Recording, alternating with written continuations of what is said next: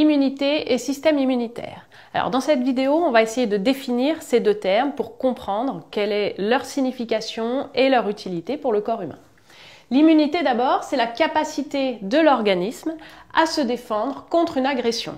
Alors une agression, ça peut être de différents types. La première agression à laquelle on pense, c'est l'infection. Une infection, c'est une attaque de notre corps par un pathogène. Un pathogène, c'est un micro-organisme en général, donc un organisme de toute petite taille, microscopique, capable d'infecter le corps et donc de provoquer une maladie. Ça peut être des bactéries, ça peut être des virus ou bien des champignons ou tout autre micro-organisme donc qui nous rendent malades. Ensuite, l'immunité, c'est aussi la capacité du corps à se défendre contre des attaques chimiques, par exemple par des poisons, des molécules étrangères, tout ce qui peut nous créer un malaise ou une maladie ou un dysfonctionnement du corps.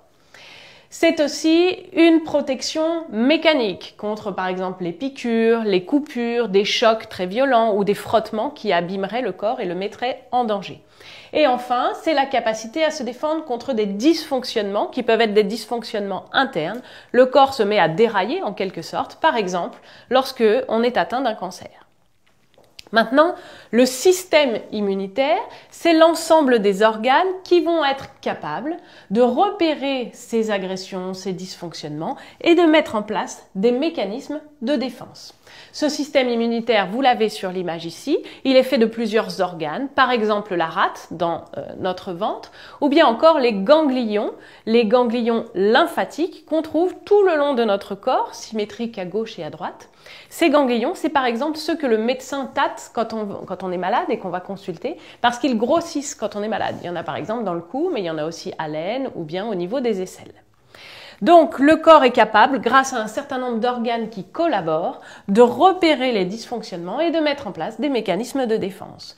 Pour ça, notre corps a la capacité de distinguer le soi, c'est-à-dire ce qui fait partie de ce corps, et le non-soi, ce qui n'en fait pas partie, ce qui vient l'agresser et perturber son fonctionnement.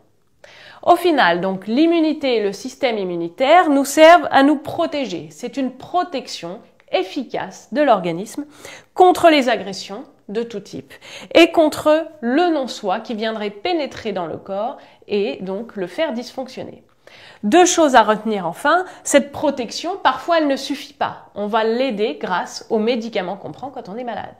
Et puis enfin, cette protection contre le non-soi, malheureusement, elle se met aussi en place, par exemple, quand on nous fait une greffe. Lorsqu'on reçoit un organe greffé, un cœur par exemple, des poumons, etc., eh bien le corps va le repérer comme du non-soi et va se défendre contre cette greffe et éventuellement la rejeter si on ne prend pas les médicaments adaptés qui nous permettront de supporter ce non-soi qui pourtant nous est nécessaire.